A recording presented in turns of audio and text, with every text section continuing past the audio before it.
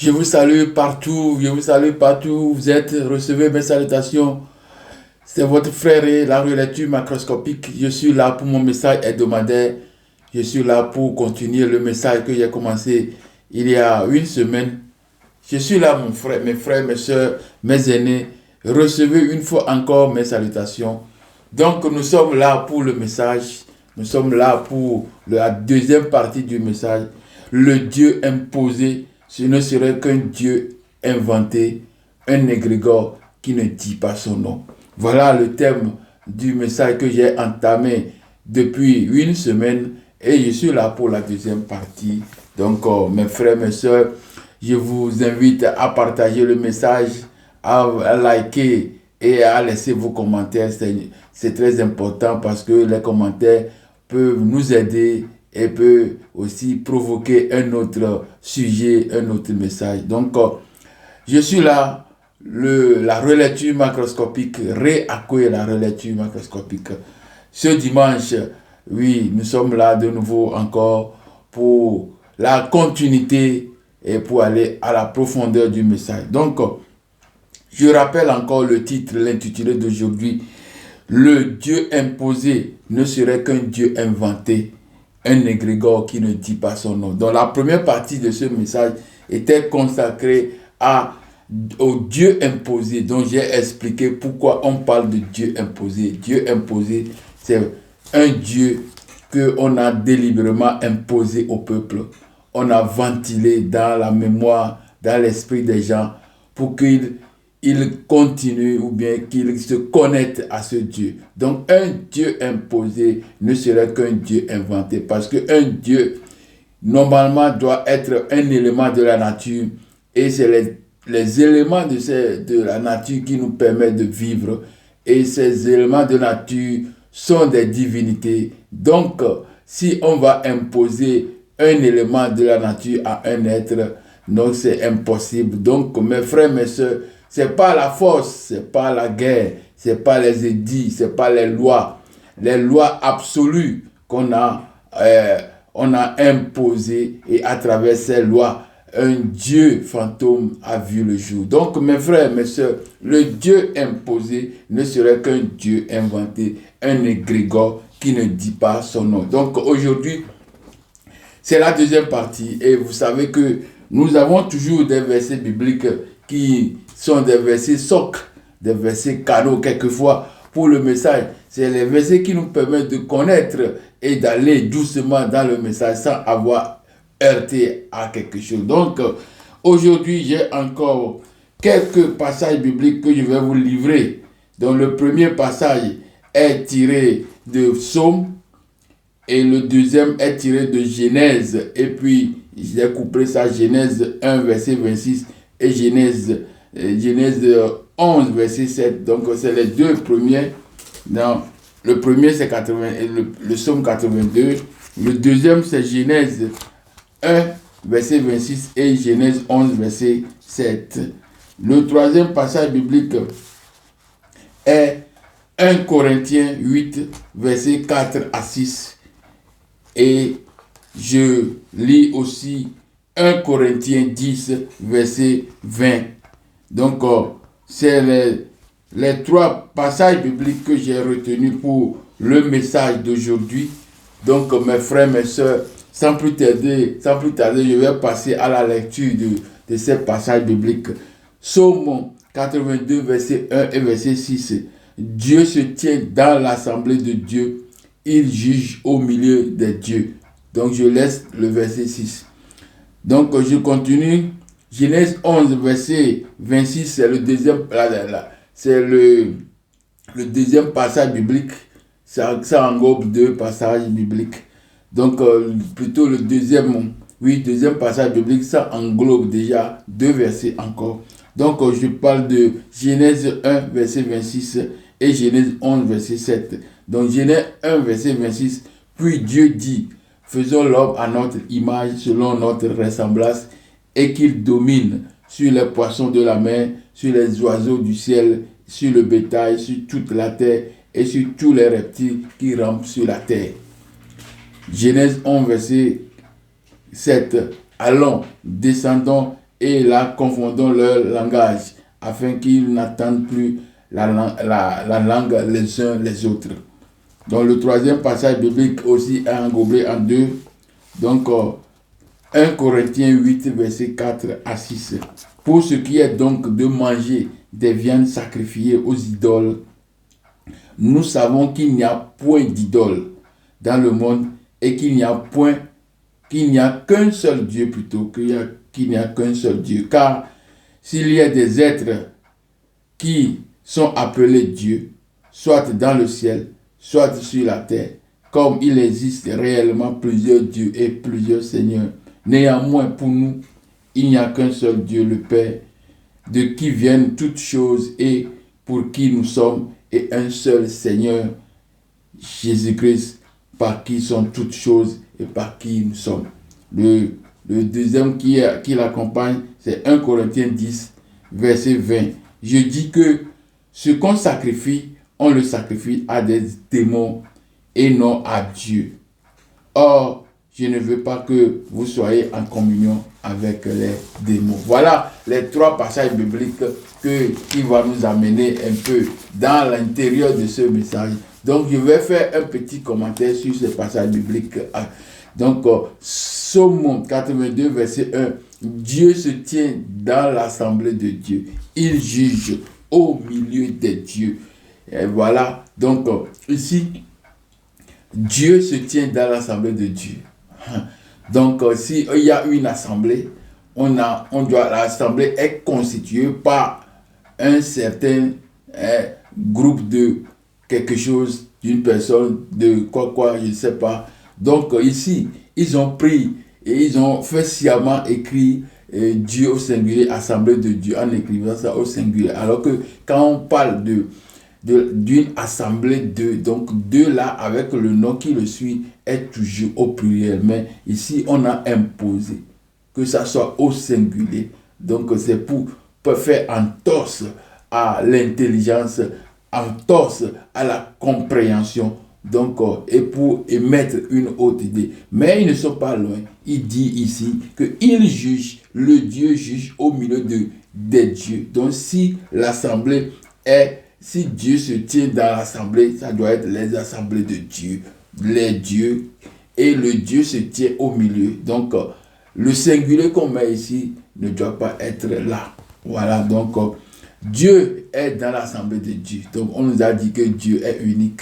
Et après lui, c'est le désert. Alors que dans la Bible, on dit que Dieu est dans l'assemblée de Dieu. Donc, Deutéronome 32, verset 8, et verset nous dit aussi, nous dit que quand le Très-Haut partageait l'héritage à ses enfants, voilà. Donc je ne veux pas lire ça, j'ai déjà lu ça beaucoup de fois. Donc le Très-Haut partage l'héritage à ses fils. Et les fils qu'il partage ces héritages sont les peuples, les nations de la terre. Et il les donne à une divinité. Donc, nous savons aussi en même temps que le Dieu est là au milieu des dieux qui sont des dieux tutélaires et d'autres dieux. Ouais. Donc, il partage ses héritages et puis ces héritages vont à chaque divinité. Et l'héritage, Jacob est allé à Yahvé. Donc, nous voyons là qu'il y a deux dieux au minimum qui sont là. Il y a le Dieu, le Créateur, le Père, qui est en train de partager son héritage à ses enfants. Et parmi les enfants, nous avons remarqué qu'il y a Yahvé dedans, parce qu'il a hérité Jacob.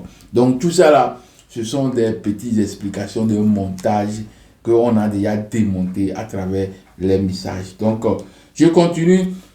Le deuxième passage est Genèse 1, verset 26. Donc ça vient pour renforcer le premier passage que je venais de lire. Puis Dieu dit, faisons l'homme à notre image et à notre ressemblance. Donc quand Dieu dit que faisons, donc ça veut dire qu'il y a un groupe de dieux qui sont là. Donc ça vient encore collaborer et soutenir encore le premier passage de Psaume 82, verset 1. Donc je continue avec Genèse 11, verset 7. Allons, descendons, et là, confondons leur langage afin qu'ils n'entendent plus la langue les uns les autres. Qui dit descendons. Quand on dit descendons, cela ne veut pas dire que c'est une seule entité qui est en train de descendre. Mais descendons veut dire que des entités descendent. Donc ici, nous voyons que le Dieu n'est pas un Dieu au singulier, c'est-à-dire un unique Dieu, mais il y a des dieux autour d'un qui décide, qui parle, qui est le Dieu des dieux, ou bien le roi des dieux. Donc, voilà le deuxième passage que je viens de commenter. Je vais commenter le troisième passage biblique. Il y a aussi deux passages qui sont là. 1 Corinthiens 8, versets 4 à 5.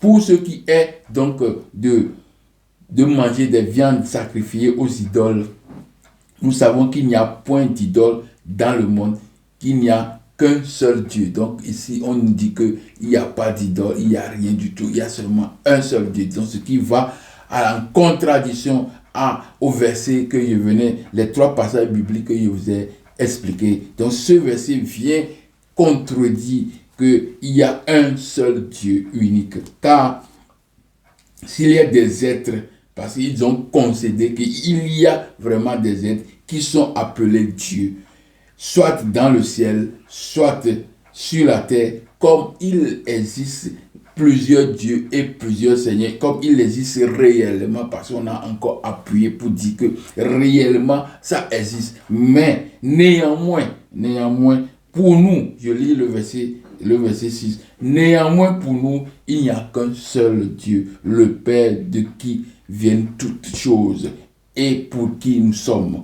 Et un seul Seigneur, Jésus-Christ, par qui sont toutes choses et par qui nous sommes. Donc, il y a plusieurs seigneurs, il y a plusieurs dieux, mais pour eux, ils ont décidé, par une loi, par une imposition, qu'il y a un seul Dieu et un seul Seigneur. Ce qui va à l'encontre des récits même que eux-mêmes ils ont écrits. Donc je lis encore le deuxième passage qui est dans le troisième, qui est englobe, qui est avec ce que je viens de lire. Donc 1 Corinthiens 10, verset 20. Je dis que ce qu'on sacrifie, on le sacrifie à des démons et non à Dieu.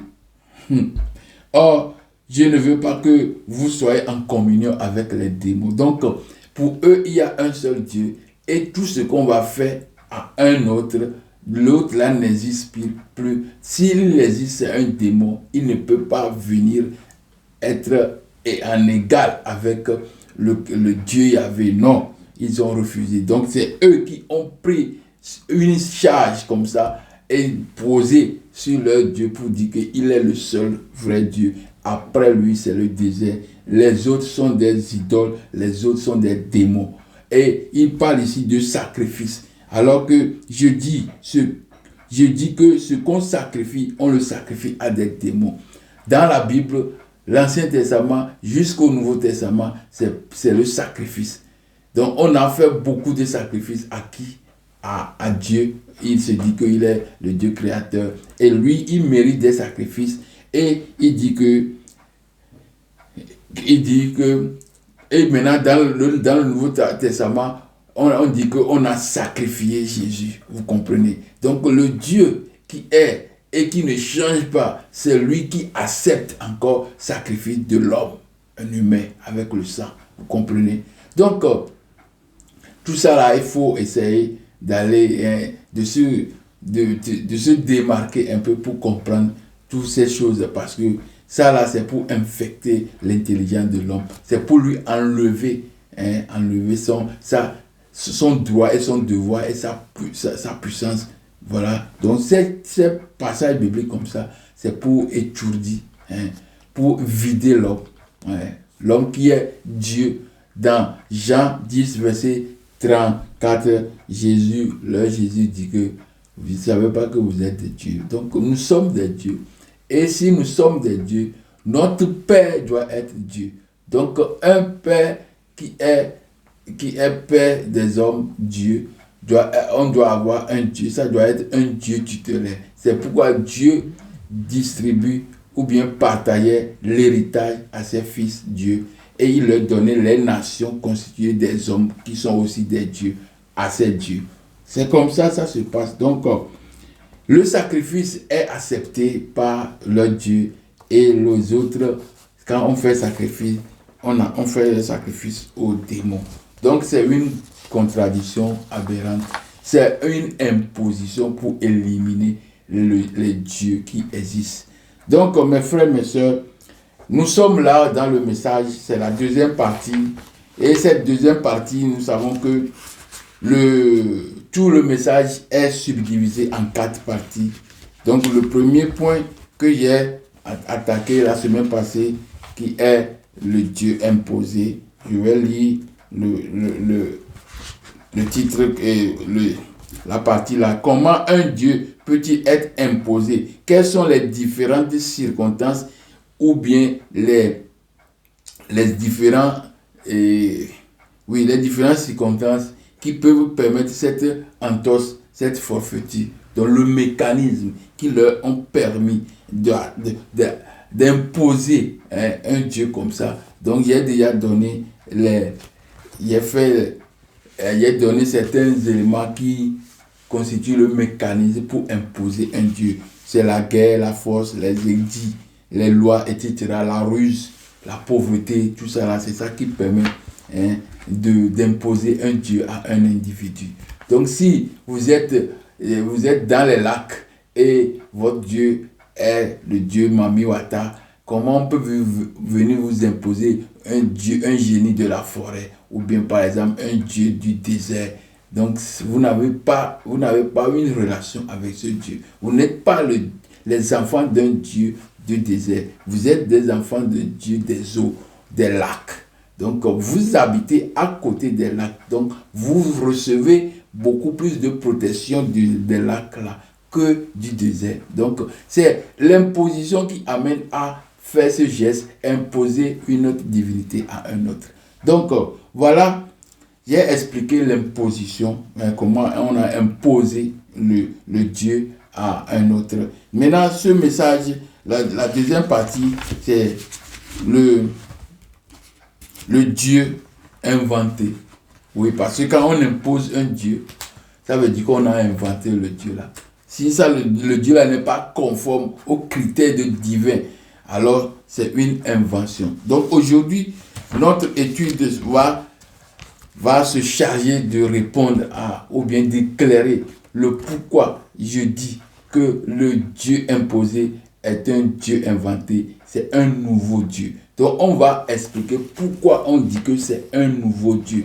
Voilà, c'est le thème de ce jour, ce dimanche, le 8 février 2026. Donc nous sommes réunis pour avoir une idée globale sur ce qu'on peut comprendre par invention de Dieu, un Dieu nouveau.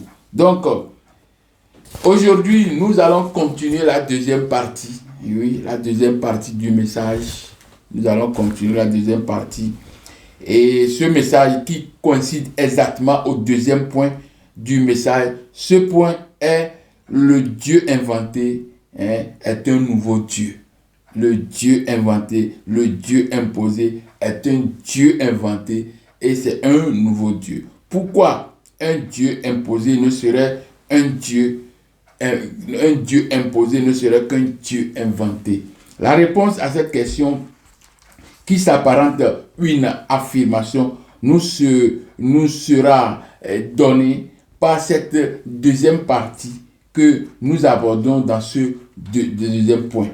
Permettez-moi de vous rafraîchir la mémoire sur la définition du nom du mot Dieu, qui est d'abord un nom générique et ensuite un nom donné aux entités supérieures, surnaturelles qui nous entourent dans notre vie entière. Donc, nous allons, comme j'avais déjà défini le nom, le mot Dieu. Dieu, c'est une invention. Ce mot même est une invention. Pour normalement, ce sont des entités, ce sont des divins. Le mot Dieu est venu tout récemment. c'est une adoption et un mot inventé, pas inventé en tant que c'est, mais bon, inventer, ça veut dire découvrir, concevoir, pour donner, pour concrétiser quelque chose. Les esprits là, on les a donné le nom de Dieu. Donc Dieu, c'est un nom générique, un nom commun, car il désigne une catégorie d'êtres supérieurs ou une entité supérieure spécifique ou un élément connu de la nature. Donc le Dieu, normalement, sont des divins, ce sont des éléments de la nature. Les religions monothéistes ou les religions révélées imposaient un majuscule pour dire que Dieu le Tout-Puissant, Dieu, le Dieu unique, est en majuscule. Et que les autres, quand on écrit, sont des idoles, ils n'existent pas, ils n'ont pas le pouvoir d'être Dieu. Donc, ils sont écrits en minuscule. Donc, toutes ces actions, c'est pour imposer, traumatiser l'homme. Voilà. Donc, je continue la définition de Dieu. Le soi-disant Dieu unique, bon, comme avec le D majuscule, ce qui est de facto une imposition, un choix délibérément imposé à l'humanité. Le Dieu s'applique à un être, à tout être perçu divin, puissant et digne de culte, digne d'un culte. Vous voyez, donc un Dieu est redevable. L'homme est redevable à un Dieu.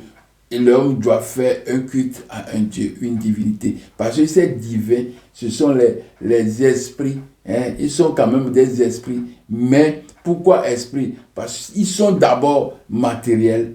Ils sont bien connus, mais animés par une âme. Et l'âme là est appelée esprit. Donc l'esprit là, c'est ça qui est honoré. C'est l'esprit là, c'est ça qui est vénéré. C'est l'esprit là, c'est ça qui vient à l'aide, à l'aide de l'homme. Et ces esprits recueillent nos doléances et il met sur la table ou bien il met devant le grand esprit, le créateur qui est invisible, Imana, Améni, qui est le caché, l'insondable. Donc le Dieu est un nom générique normalement. Aucun système ne peut imposer un D majuscule ou bien un D minuscule. Donc Dieu, c'est d'abord un être de commun, c'est un nom commun pour désigner le Dieu.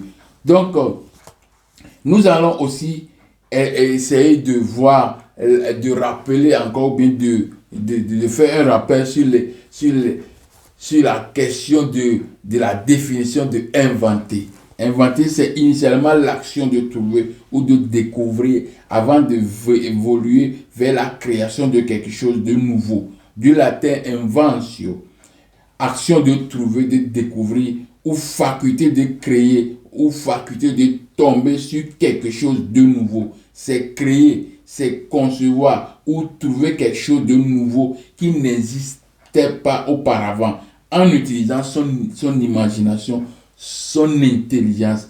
Concevoir quelque chose naturel par concevoir quelque chose de nouvel par une technique ou par un procédé intellectuel. Donc, quand on fait l'invention, c'est les neurones qu'on a utilisés pour avoir quelque chose. Et ces neurones ne sont que chercher les codes de la nature, qui sont dans la nature. Et quand on arrive à décoder, alors on peut inventer. Parce que toute chose se trouve déjà dans la nature, mais sans que nous le savions son existence. Mais quand vous décodez ou bien vous trouvez le code de quelque chose, alors vous allez créer la chose. Vous allez amener la chose qui est dans l'invisible, vous allez l'amener dans la réalité. Donc, ça peut maintenant servir les hommes. Vous voyez. Donc, c'est comme ça l'invention. Donc, nous devons comprendre certains mots parce que c'est très important de comprendre les mots là. Ils ne sont pas trop, ils sont tellement utilisés, mais ils cachent beaucoup de choses. Donc, c'est pourquoi j'ai pris sur moi le temps de faire des définitions, de laisser des définitions de certains mots pour que le message puisse se dérouler dans de bonnes conditions. Donc, d'après la définition de Dieu, du mot Dieu et du mot inventé, nous pouvons dire que le Dieu inventé est un Dieu nouveau, un Dieu conçu de nouveau. C'est un Dieu qui, initialement, n'existait pas et qui, par des procédés et des techniques nouveaux, des techniques nouvelles, vient de faire jour. Vous voyez? Donc, veuillez m'excuser. La question qui nous préoccupe aujourd'hui, pourquoi le Dieu inventé est un Dieu nouveau? Ou pourquoi le Dieu imposé est un Dieu inventé? Donc, s'il est inventé, directement, il est nouveau. Parce que l'invention nous dit que c'est concevoir de nouveau. Donc, quand on invente et on dit qu'on impose, ça veut dire inventer. Imposer ne veut pas dire directement inventer. Mais le fait qu'on impose un Dieu qu'on ne devait pas imposer, donc ça veut dire qu'on a créé quelque chose pour imposer. Parce que les dieux ne s'imposent pas. L'homme associe sa vie à ses esprits tutélaires, à ses esprits supérieurs, à ses êtres supérieurs. Donc on ne peut pas lui imposer ça. Parce que nous sommes en communion régulière avec ces esprits. Donc on ne peut pas les imposer. Notre vie sont en conformité avec ces entités. Donc la question qui nous préoccupe aujourd'hui, pourquoi le Dieu inventé est un Dieu nouveau? Là, le mot inventé même explique que c'est nouveau. Donc, ça explique que c'est nouveau. Mes frères, mes soeurs, mes aînés, mes bien-aimés, la conception d'un Dieu imposé est une invention. Voilà, pure, humaine, reposant sur l'idée de protection psychologique, sociale, politique, destinée à combler des besoins humains comme besoin de réconfort, besoin de sens à la vie, donner un sens à sa vie, besoin de contrôler l'homme, besoin de contrôler les biens, canaliser l'homme, besoin d'arracher à l'homme ses droits et ses devoirs, tout ça là, etc. Donc, ces besoins qui ont amené l'homme à créer ou bien à faire quoi? À inventer un Dieu. Donc, quand il a inventé, c'est parce que les dieux viennent aux besoins de l'homme.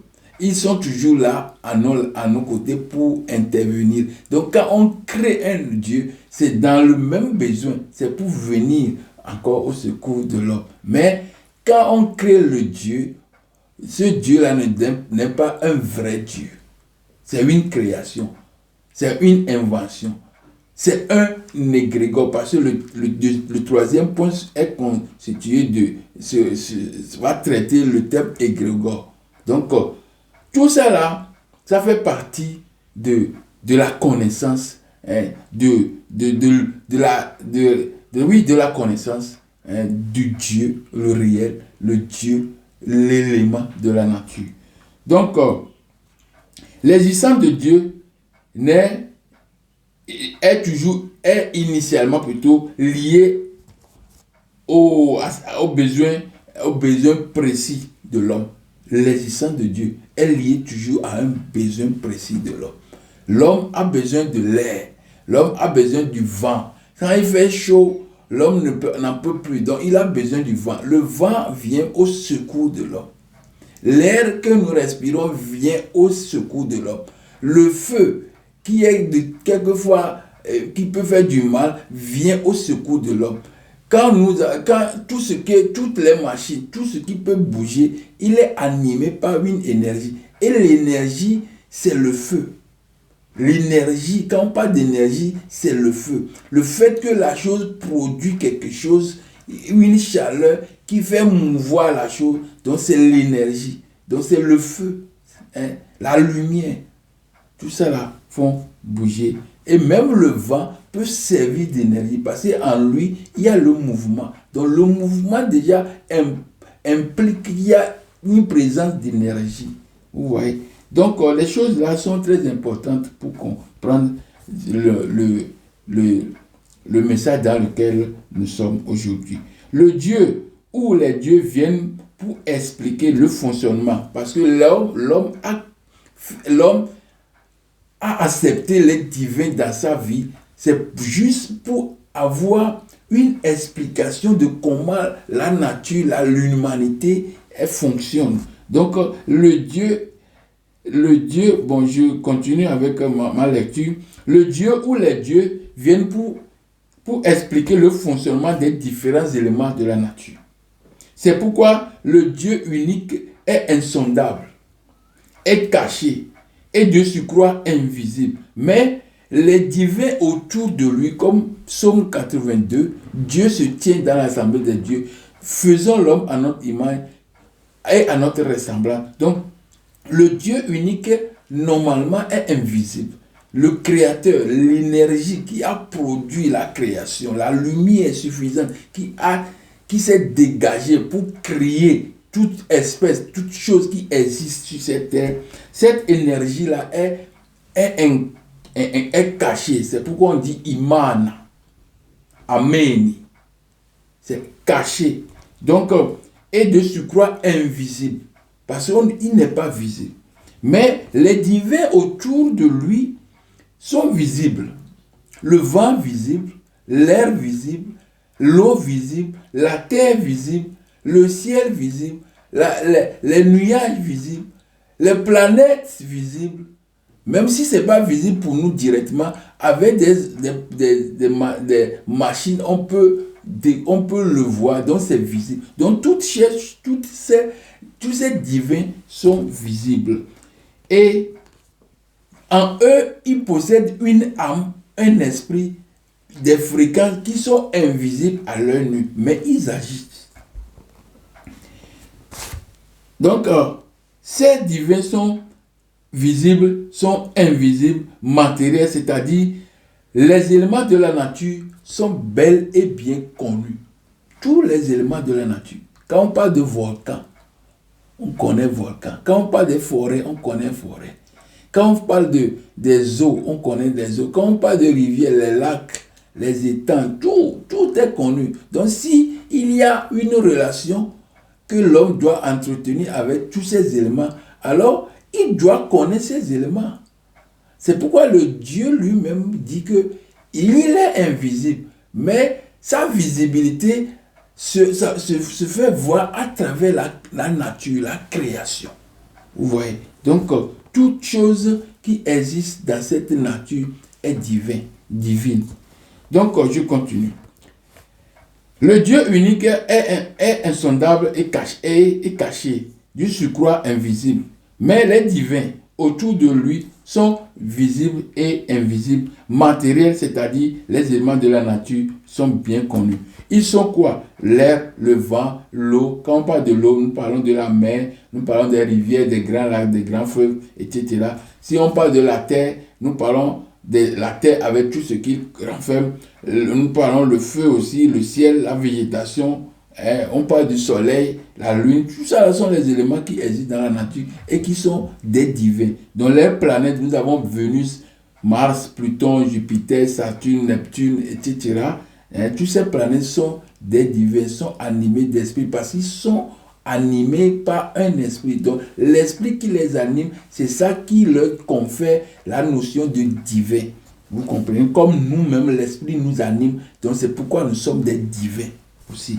Donc, il y a les étoiles, il y a les constellations, il y a le volcan, il y a les montagnes. Tous ces éléments de la nature sont divins. Donc, tous ces éléments de la nature sont divins et restent un objet d'adoration et de vénération. Donc, c'est pourquoi nos ancêtres, les Locodèmes et les Mélanodèmes, tout confondus, ont lié leur existence à la vénération de ces éléments considérés comme entités supranaturelles, super puissants, qui possèdent des forces mystiques. Vous voyez? Donc, même le polythéisme, le paganisme en Europe, tout ça là, ils existent. Toutes ces divinités sont là. C'est pourquoi il y a ça. Sinon, on n'aura jamais ça. Donc, si on nous dit qu'il y a un Dieu unique, et ce Dieu est Yahvé, il faut qu'on explique ça. Donc c'est pourquoi j'ai pris sur moi le temps d'expliquer que Yahvé n'est pas le Dieu créateur. Yahvé s'est substitué au Dieu créateur. Parce qu'il y a le Dieu créateur qui partage ses héritages à ses divins fils. Et Yahvé fait partie d'un enfant de elle, de Dieu. Donc il lui a donné Jacob comme héritage. Donc si quelqu'un te donne héritage, alors la personne est supérieure à toi. Donc le Dieu, le créateur Imana, il laisse une partie de quelque chose à Yahvé. Vous voyez? Donc on ne peut pas nous dire que Yahvé est le Dieu créateur. Donc tout ça là, c'est pourquoi le message doit se poursuivre pour que nous arrivions à comprendre exactement ce qu'est Dieu réellement. Donc, pour répondre à la question posée par le point de ce message, nous allons retenir au moins 9 ou 10 points qui vont nous permettre à répondre à cette question. Nous aurons à faire 10 points, expliquer tous ces points avec leurs explications. Vous voyez? Donc, le Dieu inventé est un Dieu nouveau. Vous voyez? Donc, le premier point que nous allons attaquer ici, c'est le nom de Dieu. Le nom du Dieu des Édomites, le Kodem Japhétis, Yahvé, est introuvable dans les panthéons de toute la région de Canaan. Parce que leur destination, leur Dieu, dans Juge 4, verset 5, nous dit qu'il est quoi? Il vient du désert, il vient de Paran, il vient de Séir. Donc tous ces endroits cités, ça veut dire que le temple de Dieu doit être là-bas. Donc, et l'endroit là fait partie de Canaan. Donc on a remarqué que le nom du Dieu Yahvé, Dieu édomite, le Kodem Japhétis, est introuvable dans les panthéons de Canaan. Donc nous devons connaître Canaan aussi. Parce que les gens ont pensé que Canaan se limite à ce territoire-là, un petit territoire là comme ça. Non. Canaan est au-delà de ces trucs-là, de cette région qu'on lui a délimitée. Donc je vais lire pour cela. Je vais lire Genèse 15, verset 18. Les limites de Canaan allaient depuis Sidon du côté de Sodome, Gomorrhe, Adma et Tchébom jusqu'à Lécha. C'est comme ça ils ont dit. Que ça veut dire que quand on parle de Sidon, nous connaissons Sidon, c'est dans le Liban. Liban, vous voyez. Donc, du côté de Sodome et Gomorrhe, on est dans la Jordanie. Et puis Adma, Tchébom et Lécha, on est toujours dans Jordanie. Donc, ça veut dire que Canaan, pour ce verset, est limité juste dans ce coin. Alors non, il y a un autre verset, le verset 2 Rois 24, 7, nous dit que le roi d'Égypte ne sortait plus de son pays, car le roi de Babylone avait pris tout ce qui était au roi d'Égypte, du torrent, depuis le torrent de l'Égypte jusqu'au fleuve de l'Euphrate. Donc, Abraham, Dieu dit qu'il lui a donné des terres. Et ces terres, c'est un autre verset encore dit que les terres là se trouvent entre les fleuves de l'Égypte et le fleuve de l'Euphrate. Donc ça veut dire que le Canaan a englobé aujourd'hui, nous pouvons dire Palestine, nous pouvons dire Israël, nous pouvons dire Jordanie, nous pouvons dire Liban, nous pouvons dire la Syrie, et nous pouvons dire Irak, et une partie même de l'Iran. Donc Canaan est grand. Donc la situation géographique de Canaan que je voudrais vous faire connaître d'abord pour pouvoir continuer le message. Donc Canaan est grand. Et dans le panthéon de la région, de tous les peuples là que je venais de citer, ou bien les pays que je venais de dire, parce que dans le temps, ce sont des peuples, et donc ces peuples-là que je venais de citer, leur panthéon, on n'a jamais remarqué le nom Yahvé. Si le Dieu-là existait et il est le créateur du monde, alors il doit être dans le panthéon de Dieu. On doit le remarquer dans le panthéon de Canaan. Vous voyez? Donc, il n'est pas remarqué dans le panthéon de Canaan. Donc, c'est une occasion aujourd'hui. Je vais encore définir panthéon. Panthéon, c'est le temple sacré à tous les dieux.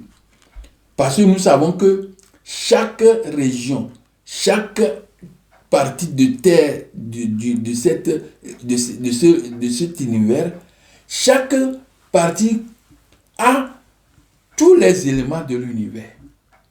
Toutes les régions, tous les peuples ont toujours les éléments de l'univers. Parce que ces éléments de l'univers, c'est eux qui ont produit l'homme. Donc l'homme est le petit cosmos. Donc la présence de l'homme dans n'importe quel côté, donc ces éléments sont là.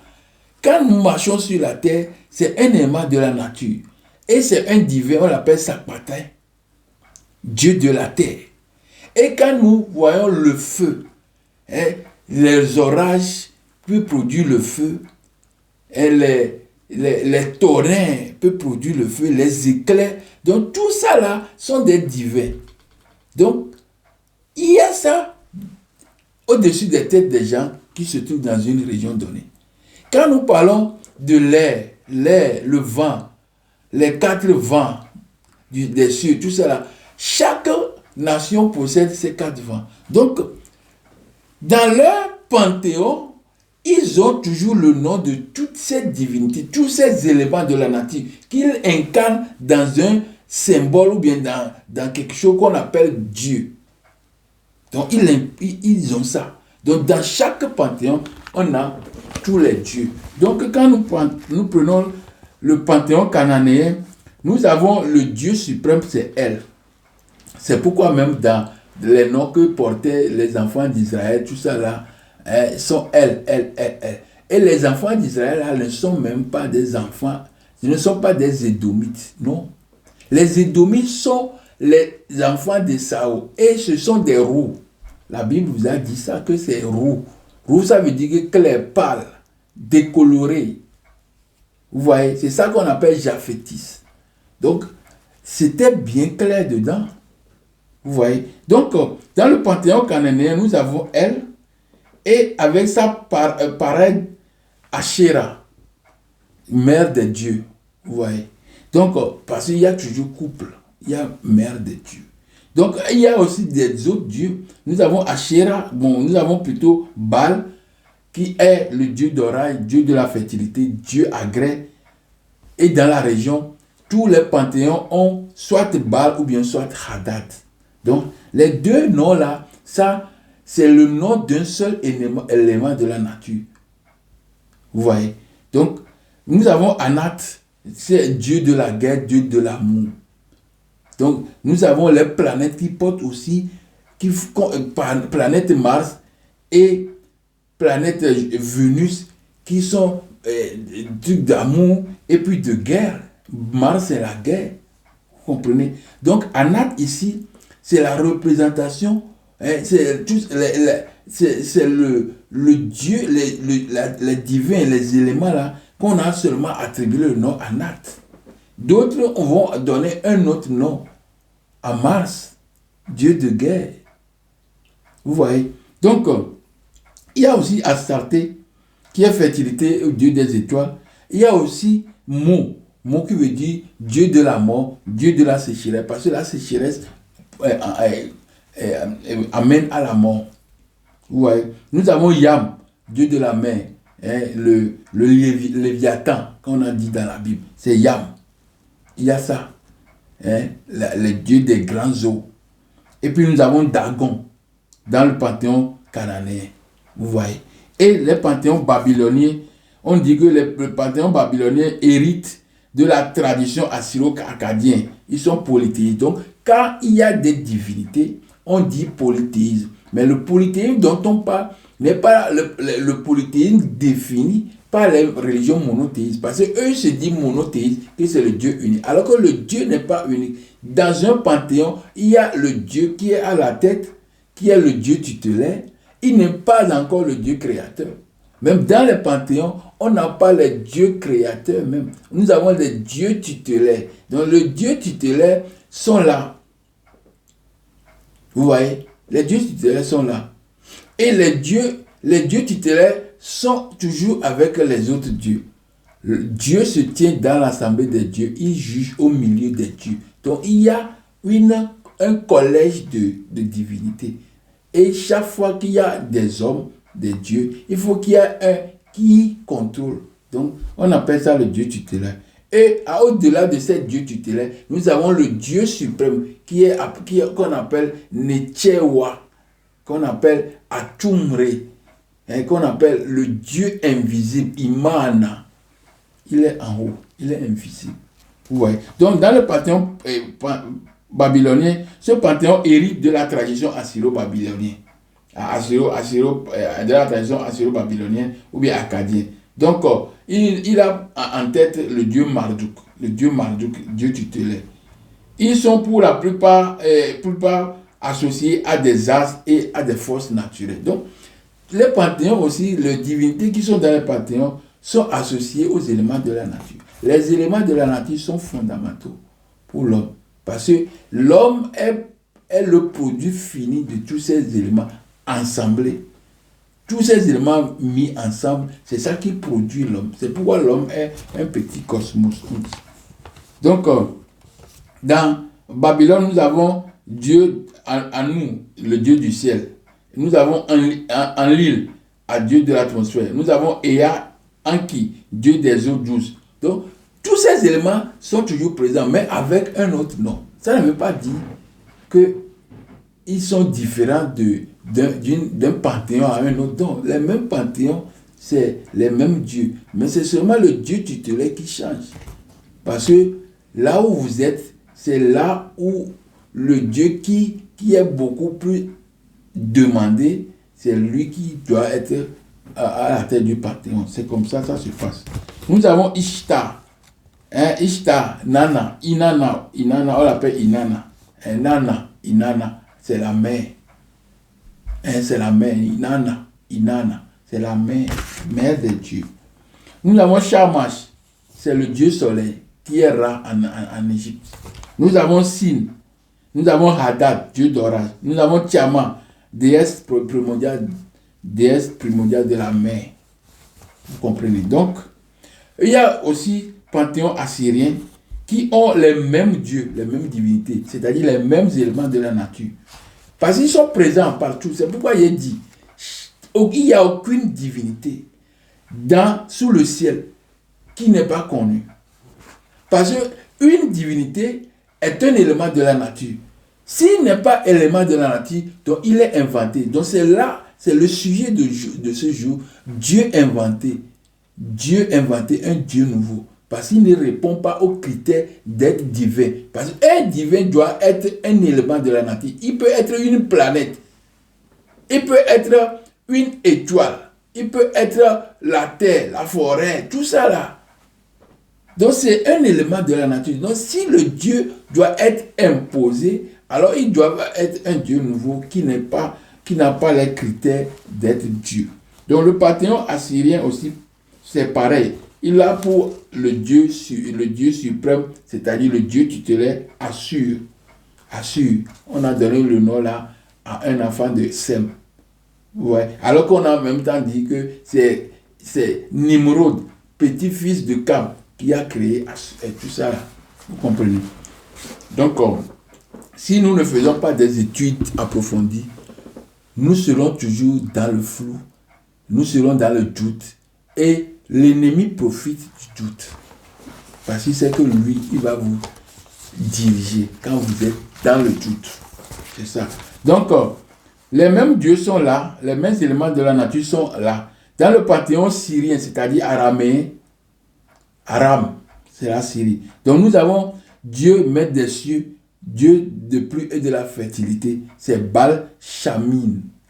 Amen. Baal, Amen. C'est Seigneur. Amon. Seigneur Amon. Même là-bas, les Araméens, c'est les Africains. C'est les Mélanodins qui sont partis là-bas. Ils ne peuvent pas délaisser leur Dieu. Elle est à l'image d'Amon. Vous comprenez? Elle, Cananéen, est à l'image d'Amon. Vous comprenez? Donc, ce sont les éléments de la nature. Et ici, dans le panthéon araméen, nous avons Baal, Shamin, nous avons Atargatis, Dagan, Baal Anat. Vous voyez, il y a Baal Anat, Seigneur Anat. Vous voyez. Nous avons Baal aussi, Dieu d'orage. Il est là. Nous avons Elle, qui est la figure patriarcale du Panthéon. Donc, ici même, dans l'Aram, il y a Elle qui est figure patriarcale du Panthéon. Et nous avons Baal Amin, Seigneur Amon, Seigneur Amin. Vous voyez. Nous avons Ishtar, Atar, Astarté, Dieu de la guerre, Dieu de l'amour, tout ça là, nous avons ça. Donc, ce sont des éléments de la nature qui sont divinisés. Vous voyez. Donc, nous avons le panthéon des Philistins. Le panthéon des Philistins, ce panthéon était aussi principalement composé des divinités cananéennes. Donc, le cas philistin, ceux qui ont dit que dans la Bible, ils ont fait toujours guerre avec Israël. Israël est couchite. Et les Philistins sont des peuples locodèmes. Ouais. Donc, ici, on nous dit que les Philistins même, parce que c'est parmi les Philistins que Abraham, tous ses consorts sont arrivés. Donc, les Édomites, c'est dans les Philistins. C'est pourquoi ils font la guerre entre eux, ils disent quoi, Amalécite, tout ça là. Ce sont les mêmes colorations, c'est-à-dire ils sont de la race blanche. Vous comprenez? Donc, les Philistins là même, on nous dit ici que ils ont principalement, leur panthéon est composé principalement des divinités cananéennes et assyro-babyloniennes. Donc, toutes ces divinités sont toujours les mêmes. C'est pourquoi, quand vous voyez dans la Bible, après on dit que les Édomites portent le nom de Baal, ils portent le nom de Hadad, ils portent le nom de Ptah, ils portent le nom de toutes les divinités, même égyptiennes, ils portaient le nom. Seulement, ils ont fait des gymnastiques, mais quand vous lisez pour comprendre l'origine du mot, du nom, vous allez savoir, vous allez connaître directement, parce que ce sont des noms théophores qui montrent que cet individu fait allégeance à ce Dieu. Parce que le nom Baal Gabar, Kos Gabar, Malak Gabar, Gabar, Kos, c'est Dieu, c'est un Dieu. Donc, le nom qu'il porte, il porte aussi le nom de Kos. Il porte le nom de Baal, il porte le nom de Jephthé, c'est Ptah. C'est Ptah qui est dedans. Vous voyez. Donc, toutes ces choses-là sont africaines, sont couchites. Ouais. Donc, les éléments de la nature, en général, sont des éléments qui constituent la création. Vous voyez. Il n'y a pas quelque chose qui est omis dans la création. Non. Panthéon édomite. Parce qu'eux-mêmes sont des édomites. Les édomites sont Esaü. Et Esaü, c'est roux. Roux, c'est le blanc. Blanc, c'est Japhétis. Édomite, c'est le codème. C'est décoloré. C'est le noir qui a viré par l'effet du climat. Certains ne veulent pas accepter ça. Bon. Le panthéon des Édomites est centré sur le dieu Kos. Normalement, les Édomites sont encore appelés Esaü. Et nous remarquons aujourd'hui que le dieu, deux peuples, deux nations, deux dieux. Il y a le dieu, le Kodem et le dieu Mélanodème. Et le dieu, le Kodem, c'est le dieu Kos. C'est le dieu là. Et maintenant, on doit encore étudier si ce dieu-là existe réellement là-bas. Donc, qu'est-ce qu'on dit ici? Ce panthéon est centré sur le dieu Kos, la divinité nationale, la religion de la région égéenne. Les gens qui sont appelés peuple des mers, peuple de la mer, c'est eux qu'on appelle, c'est eux qui sont des Édomites, qui sont Esaü. Vous comprenez? Donc, leur principale religion là-bas, c'est autour de Kos. principale à partir du 8e siècle avant Jésus-Christ. Bien que la religion édomite soit mal connue, même leur religion là était mal connue, elle partageait des similitudes avec des peuples du Levant, c'est-à-dire les peuples de la région Canaan, là-bas, vénérant les divinités comme Baal, El, Asherah et Shim, etc. Donc, ce sont des gens, même leur Dieu, qu'on nous dit qu'ils ont leur Dieu là, ils ne connaissent même pas. Ils ne connaissent pas comment adorer même ce Dieu. Et ils adoraient le Dieu déjà des Cananéens. Et après, malgré ça, il dit qu'ils vont créer un autre Dieu pour dire qu'il est le Dieu suprême. En oubliant qu'ils ont le nom de tous ces-là. Le nom de toutes ces divinités, ils les ont dans leur nom. C'est aujourd'hui qu'on ne voit pas ces noms dans leur nom. Donc la région édomite reste relativement méconnue en raison de la rareté des tests. Cause figure centrale. Vous voyez, il y a la rareté des tests. Il n'y a pas de tests. Vous comprenez? Donc, je viens de commencer le premier point de pourquoi Dieu inventé est un Dieu nouveau. Pourquoi? C'est un Dieu nouveau. Imposé, c'est inventé, c'est un nouveau Dieu. Pourquoi? Dans le premier point, j'ai dit que le nom de Yahweh ne se retrouve guère dans aucun panthéon de la région. Donc déjà, c'est un premier point. Donc je vais m'arrêter là pour revenir pour la deuxième partie de ce message. Donc à tout à l'heure, mes frères et mes sœurs.